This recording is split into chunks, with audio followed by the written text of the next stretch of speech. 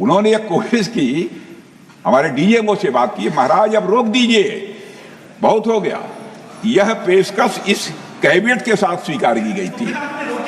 सुने, रुकिए तो रुकिए, बता दूंगा,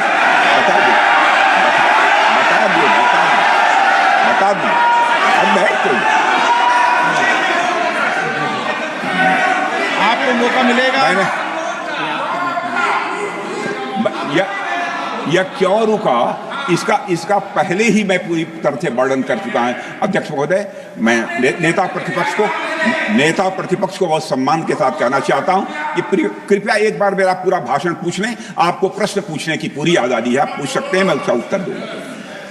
अध्यक्ष महोदय, 10 मई की सुबह जब भारतीय वायुसेना ने पाकिस्तान की मल्टीपल एयरफील्ड पर करारा प्रहार किया तो पाकिस्तान ने हार मानी और हॉस्टिलिटी रोकने की उन्होंने पेशकश की। यह पेशकश इस कैबिनेट के साथ स्वीकार की गई हम लोगों के द्वारा कि यह ऑपरेशन केवल पाज किया गया है, स्थगित किया गया है। यह ऑपरेशन समाप्त नहीं हुआ है। अध्यक्ष महोदय, अगर पाकिस्तान की ओर से भविष्य में कोई भी मिस एडवेंचर हुआ तो यह ऑपरेशन, अध्यक्ष महोदय, मैं सदन को आश्वस्त करना चाहता हूं, दोबारा प्रारंभ हो।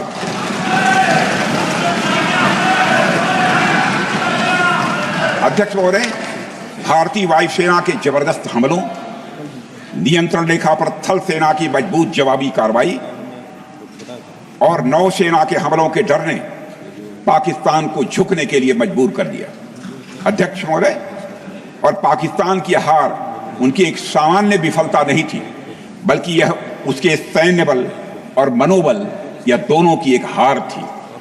10 मई को पाकिस्तान के डीजीएमओ ने भारत के डीजीएमओ से संपर्क किया और सैन्य कार्रवाइयों को रोकने की अपील की।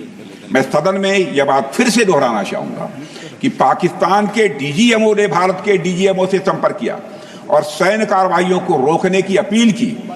12 मई को दोनों देशों के डीजीएमओ के बीच औपचारिक संवाद हुआ और दोनों पक्षों ने सैन्य कार्रवाइयों पर विराम लगाने का निर्णय लिया।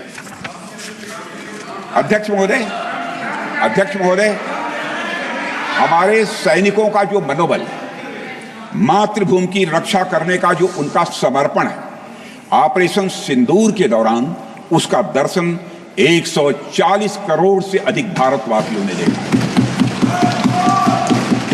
मुझे खुद भी और प्रधानमंत्री जी को सीमावर्ती क्षेत्रों में जाकर हमारे जवानों से मुलाकात का अवसर मिला है। अध्यक्ष महोदय, श्रीनगर के मिलिट्री बेस पर, भुज के एयरबेस पर, उधमपुर के कमांड सेंटर पर, हर जगह प्रत्यक्ष मैंने अपनी आंखों से देखा कि हमारे सैनिकों का मनोबल अपनी पूरी बुलंदी पर था। उनकी आंखों में विश्वास है और उनका संकल्प अडिग है। वे न केवल भारत की सीमाओं की रक्षा कर रहे हैं, बल्कि हमारे राष्ट्रीय स्वाभिमान की भी, अध्यक्ष महोदय, रक्षा कर रहे हैं। अध्यक्ष महोदय, किसी भी देश में जनता सत्ता पक्ष को और विपक्ष को अलग अलग दायित्व सौंपती है, दोनों को अलग अलग दायित्व, और हेल्दी डेमोक्रेसी में तो स्वाभाविक है।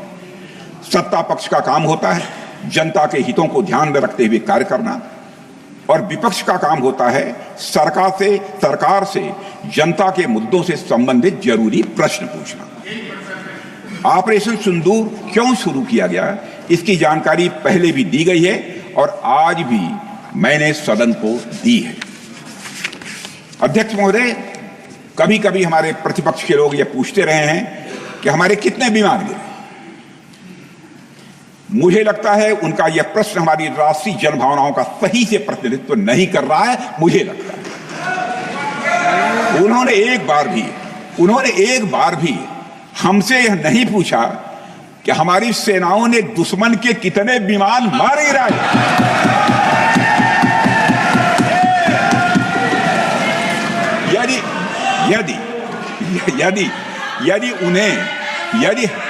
यदि उन्हें प्रश्न पूछना ही है अध्यक्ष महोदय, तो उनका प्रश्न यह होना चाहिए, क्या भारत ने आतंकवादी ठिकानों को तबाह किया? तो उसका उत्तर है हाँ।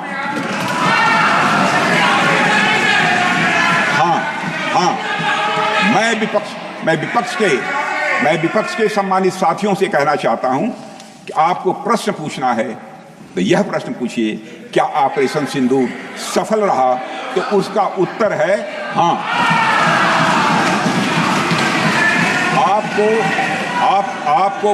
आपको प्रश्न पूछना है, आपको प्रश्न पूछना है तो यह प्रश्न पूछिए कि जिन आतंकियों ने हमारी बहनों, हमारी बेटियों का सिंदूर मिटाया, क्या हमारी सेनाओं ने ऑपरेशन सिंदूर में उन आतंकियों के आकाओं को मिटाया? तो इसका उत्तर है हाँ। और आपको प्रश्न पूछना है तो यह पूछिए, आपको प्रश्न पूछना है तो यह पूछिए कि इस ऑपरेशन में क्या हमारे जाबाज सैनिकों को कोई क्षति हुई है? तो उसका उत्तर है नहीं। अध्यक्ष महोदय, लक्ष्य जब बड़े हो, अध्यक्ष महोदय, लक्ष्य जब बड़े हो तो अपेक्षाकृत छोटे मुद्दों पर हमारा ध्यान नहीं जाना चाहिए। लक्ष्य बड़े हों तो छोटे मुद्दों पर, अपेक्षाकृत जो छोटे मुद्दे होते हैं कंपैरेटिवली, उन पर ध्यान नहीं जाना चाहिए, क्योंकि छोटे मुद्दों पर ही ध्यान देते रहने से देश की सुरक्षा और सैनिकों के सम्मान और उत्साह जैसे बड़े मुद्दों से ध्यान हट सकता है, जैसा कि विपक्ष के हमारे कुछ साथियों के साथ हो रहा है।